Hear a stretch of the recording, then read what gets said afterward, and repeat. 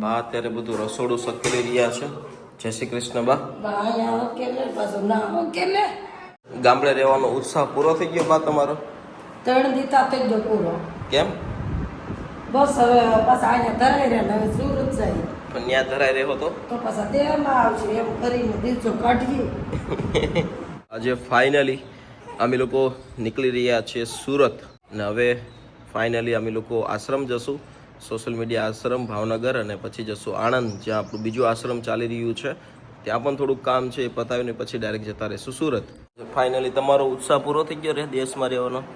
હાવ પૂરો થઈ ગયો. એમાં એકલવ્યની તબિયત બગડી ને એટલે પછી મારું બાનું મન જ ઉડી ગયું કે હવે જતું જ રહેવું સુરત એમ. બરોબર. અને અત્યારે ચાલો નાસ્તો કરવાનો. ના, મસ્ત કરી લો. અને દોસ્તો,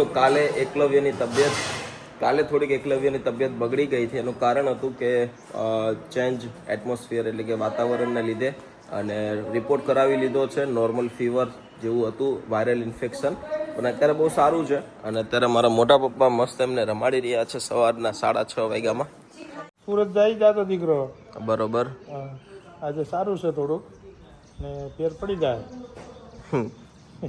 એને ભૂખ લાગી છે. ભૂખ ભૂખ્યો થયો છે બહુ. જય શ્રી કૃષ્ણ મોટા મમ્મી. હા, આજે નાસ્તા કરવા બેઠા છે. હવે આપણે નીકળવાનું છે. બરોબર છે. તો તમારું મન ઉડી ગયું ગામડેલી? અમારું મન તો ગમે પણ કોડિયા નથી આવતા. કોડી આવું થાય ને ત્યાં વરસાદ આવી જાય, ખાડા ભરાઈ જાય. 8 દિવસ પહેલા ભૂલીને ભયા જાય છે. સો તો હજી બાકી પાણી ના પડ્યા. આમાં મેલા કપડા.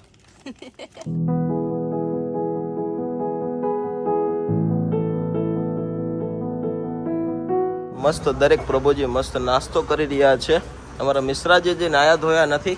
जय श्री कृष्ण पोपट भाई. जय श्री कृष्ण. नाया क्यों नहीं हो आप? आज मेरे लिए बहुत खुशी की बात है कि आज मेरा पोपट भाई है सोशल मीडिया आश्रम में जूता पहन के आया, और जूता का नंबर कितना अगर आप हमको बता दो तो बहुत खूबसूरत होगा. आप दोस्तों एक बार कमेंट जरूर करिए.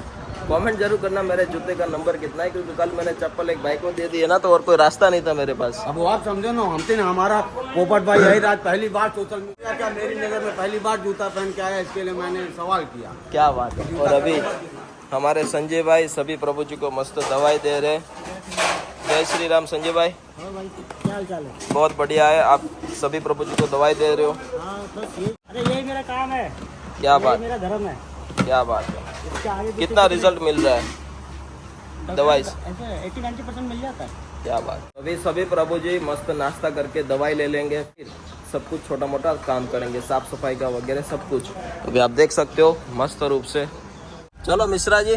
मैं बोला अगर सुबह का बोला शाम को घर आ जाए तो उसको बोला नहीं कहते. नहीं कहते. ये हमारा तुम्हारा ये गेट लगा दो. गेट लगा दो. है ना. चलो दादा, चलो. जय श्री कृष्ण. તો અમારી ગાડી નીકળી ચૂકી છે હવે સુરતની તરફ, અને હજી ભાવનગર પણ એક નાનું મોટું કામ છે, એને બતાવવાનું છે.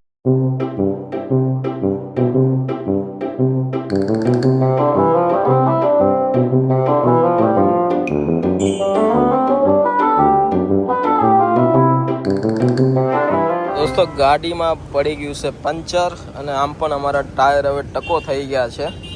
થોડા દિવસોની અંદર અમારે બદલાવવો પડશે, અને અમે આણંદ પહોંચવાથી બિલકુલ 30 કિલોમીટર જ દૂર છીએ. પણ ચાલો, એક નસીબ સારા છે કે પંચર એવી જગ્યાએ પડ્યું કે જ્યાં એમનું સુધાર થઈ શકે, એટલે કે ગેરેજ છે. બિલકુલ સામેની સાઈડ જ પંચર પડી ગયું, અને બિલકુલ ગેરેજ નજીક છે. આ બહુ કિસ્મત કહેવાય કે ભાઈ ઠેકાણે આવીને પંચર પડ્યું, બાકી બહુ હેરાન થઈ જાત. અને સૌથી મોટી પ્રોબ્લેમ એ હતી કે જે અમારું પેરવીલ હતું ને એની હવા પણ ઓછી થઈ ગઈ હતી, એટલે એ પણ કમ્પ્લીટ કર્યું છે. ભગવાનની કૃપા સારી છે. અંદર બધા સૂતા છે, એસી ચાલુ છે, અને હમણાં મસ્ત જેક લગાવી ટાયર બદલાવી નાખ્યા. હવે થોડા દિવસમાં ટાયર અમારે બદલવા પડશે, કેમ કે બહુ ઘસાઈ ગયા છે. ચાલો, એનો કોઈ વાત નથી, ગાડી છે, નાનો મોટા પ્રોબ્લેમ તો આવ્યા કરે. ક્યારે પંચર પડ્યું? આખું બેહાડી દીધું. ને પાછું આપણે કિસ્મત એટલી સારી છે કે પેરવીલ હતું પણ એમાં હવા નથી, ને ઠેકાણે આવીને પંચર પડ્યું. અહીંયા આવીને સામે જોલા બમ્પર પાસે જ પડ્યું. ખબર નહીં હમણાં તો 2000 મહિના આવ્યો.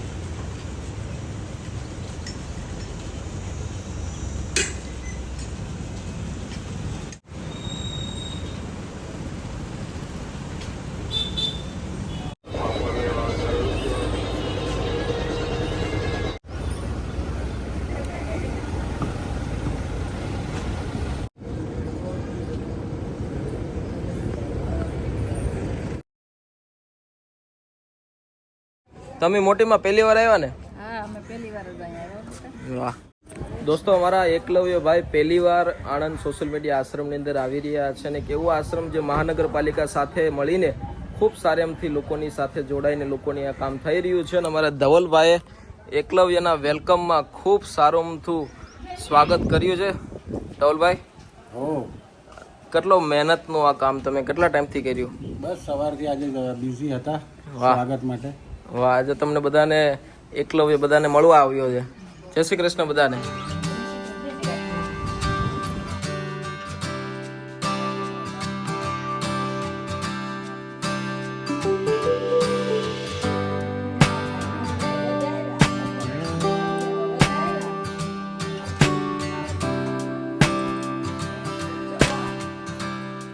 આ તમને શું મળવા આવ્યા?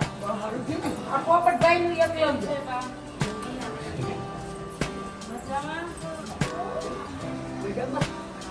આવું છે, અમે બાને લેતા જાઉં છું. હે? આ જો અમારા પીઝા બા છે. આ બા તમને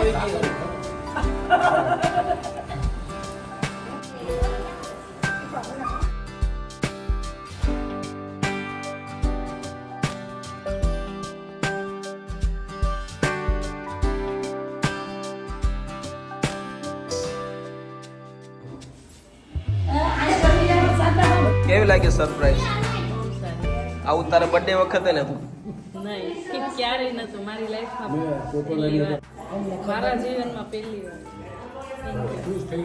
એમાંય મારા છોકરા માટે. એના માટે જ કર્યું.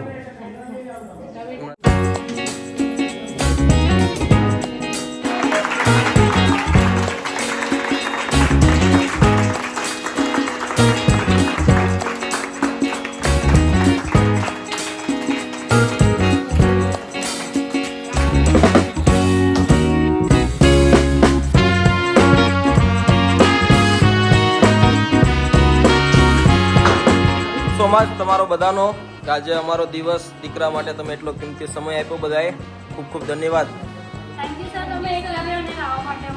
ના ના, તમારું જ છે ભાવ અને તમે ગમે ત્યારે રમાડી શકો છો. દાદીનું તો રમકડું છે. તો સોશિયલ મીડિયા આશ્રમ આણંદની અંદર ધવલભાઈ, પછી અમારા દરેક વ્યક્તિ દિલીપભાઈ, પછી એમના વાઇફ હિનાબેન, તમામ સુધાબેન, બધા જ વ્યક્તિ ખૂબ મહેનત કરે છે અને બધા જ પ્રભુજીનું ખૂબ સારું ધ્યાન રાખે છે. થેન્ક યુ સો મચ, બધાનો આભાર. બસ દોસ્તો, આજે સોશિયલ મીડિયા આશ્રમ આણંદની અંદર 100 થી પણ વધારે પ્રભુજીની વ્યવસ્થા અહીંયા ખૂબ સારી રીતે મેનેજમેન્ટ થઈ રહ્યું છે અને છેલ્લા 4 વર્ષથી બધા જ લોકો શાંતિથી પોતાનો જીવન ગુજારો કરી રહ્યા છે અને એક પરિવારની જેમ બધા લોકો એકબીજાનું ધ્યાન રાખે છે. એ બહુ સૌથી મોટી વાત છે. તો દોસ્તો, અત્યારે હાલ તમે જોઈ શકો છો કે રાશન માટે આણંદની અંદર જેટલા પણ પ્રભુજી સોશિયલ મીડિયા આશ્રમ આણંદની અંદર જેટલા પણ પ્રભુજી રહે છે એમની રાશન માટેની તમામ લોકોનો સપોર્ટથી આપણું ખૂબ સરસ મજાની આપણી આ રસોઈ બનાવવાની જે બહેનોની જે વ્યવસ્થા છે મેનેજ થઈ રહી છે. અને અત્યારે દોસ્તો વાગી ગયા છે 3, એટલા માટે મસ્ત ચા બનાવવા મૂકી દીધી છે અમારા સુધાબેને. સુધાબેન, કેટલા લોકોની ચા બને છે ડેઈલી? 100 લોકોની. કેટલા ટાઈમ બને? 2 ટાઈમ, સવારે ને સાંજે 4 વાગે. સવાર 6 વાગે બનાવે, સાંજે 4 વાગે. સાંજે 4 વાગે. બરોબર. દરરોજ 100 લોકોની ચા બને છે અને મારા ધવલભાઈ એનું મેનેજમેન્ટ કરે. ધવલભાઈ, શું ઘટે છે હાલમાં આપણા રસોડાની અંદર? આપણે હમણાં અનાજમાં આપણે તેલ, મસાલા અને કઠોળ 3 વસ્તુમાં જરૂરિયાત છે અત્યારે.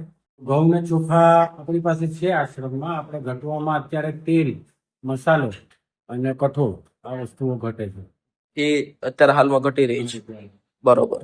તો દોસ્તો, અત્યારે હાલમાં ધવલભાઈ વાત કરી તે પ્રમાણે મરી મસાલા, તેલ ખાસ કરીને ઘણું બધું ઉપયોગી બનતું હોય છે કેમ કે 3 ટાઈમની રસોઈ બને છે. તમામ વસ્તુ બહુ સારી રીતે મેનેજમેન્ટ થઈ રહ્યું છે અને આપણું સોશિયલ મીડિયા આશ્રમ જે ભાવનગરની અંદર છે ત્યાં પણ હાલમાં અત્યારે 100 લોકોની રસોઈ બનવા લાગી છે કેમ કે 80 પ્રભુજી છે અને બીજા લોકો મહેમાન ને બધું થઈને ત્યાં અત્યારે હાલમાં 100 લોકોની સંખ્યા થઈ ગઈ છે.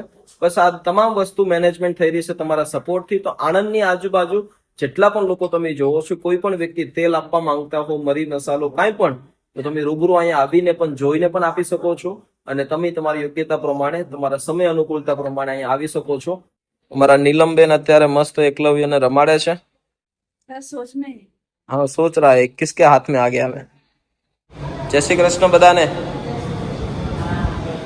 मजा આવે છે અહીંયા. જય શ્રી કૃષ્ણ દાદી. જય શ્રી કૃષ્ણ. જય શ્રી કૃષ્ણ. દોસ્તો આ એ જ દાદીમાં છે કે જેમને આપણે ભાવનગરથી રેસ્ક્યુ કર્યા હતા અને એમની કરોડોની સંપત્તિ હતી. એમનો વિડીયો બહુ બધા લોકોએ જોયેલો છે. તમે ના જોયો હોય તો એકવાર જોઈ લેજો. અદ્ભુત કહાની છે એમની અને અત્યારે હાલમાં અહીંયા છેલ્લા 1-1.5 મહિનાથી રહી રહ્યા છે બહુ મસ્ત રીતે. સરસ સારી સુવિધા છે અને એનો સ્ટાફ પણ બહુ સારો છે. એ લોકોનું કામકાજ પણ એકદમ તમે આવીને પણ જોઈ શકો છો કે બહુ ચોખ્ખું કામ છે બધાનું. ને બધી રીતે રસોઈમાં જોઈએ કે પછી તમે બધા રૂમ પણ જોઈ શકો કે બધા એના કપડાં પણ જોઈ શકો એકદમ ક્લીન છે. એ વસ્તુ મને વધારે ગમી કે ભાઈ ચોખ્ખાઈ હોય ને ત્યાં બધું શરીર પર સ્વસ્થ થાય એટલા માટે. ભગવાનનો વાસ છે. ચાલો બા નીકળીએ હવે સુરતની તરફ. હાલો હાલો તડકો લાગશે બાબુ. ચાલો હવે અમે નીકળી રહ્યા છીએ સુરતની તરફ અને હજી પણ મંજિલ બહુ થોડુંક દૂર છે. અને આનંદ આશ્રમની ઘણી બધી રીતે આનંદ આશ્રમ અહીંયા એક્ટિવ છે. તો તમે દરેક લોકો અહીંયા આવી શકો છો ગમે ત્યારે. એમનું એડ્રેસ તમને આણંદ મહાનગરપાલિકા આણંદ ઓર્થોપેડિક હોસ્પિટલની પાછળ, સંજીવની હોસ્પિટલની આગળ, તો આણંદ ઓર્થોપેડિક હોસ્પિટલની એક્ઝેક્ટ પાછળ મહાવીર ઝુંપડપટ્ટી પાસે. તો ડેફિનેટલી તમે અહીંયા આવજો, તમને ખૂબ આનંદ થશે. અને હવે અમે લોકો નીકળી રહ્યા છીએ સુરતની તરફ. તો ચાલો આજનો આ વ્લોગ માત્ર ને માત્ર ટ્રાવેલિંગ અને ઇન્ફોર્મેટિવ અને આનંદ આશ્રમની નાની અમથી વિઝિટ તમને કેવી લાગી જરૂરથી કહેજો અમને વિડીયોની અંદર કોમેન્ટ બોક્સમાં અને સપોર્ટ જરૂર આપજો. Thank you. જય હિન્દ, જય ભારત. રેડી બા? રેડી. બસ શાંતિથી ઘેરે પોગી જઈએ. એકલવ્યના ઝારું છે એટલે પાછા હવે અમે સક્કર મારવા મીણ્યા છીએ. બસ ચલાવો તમારું ગાડું હવે હાલો.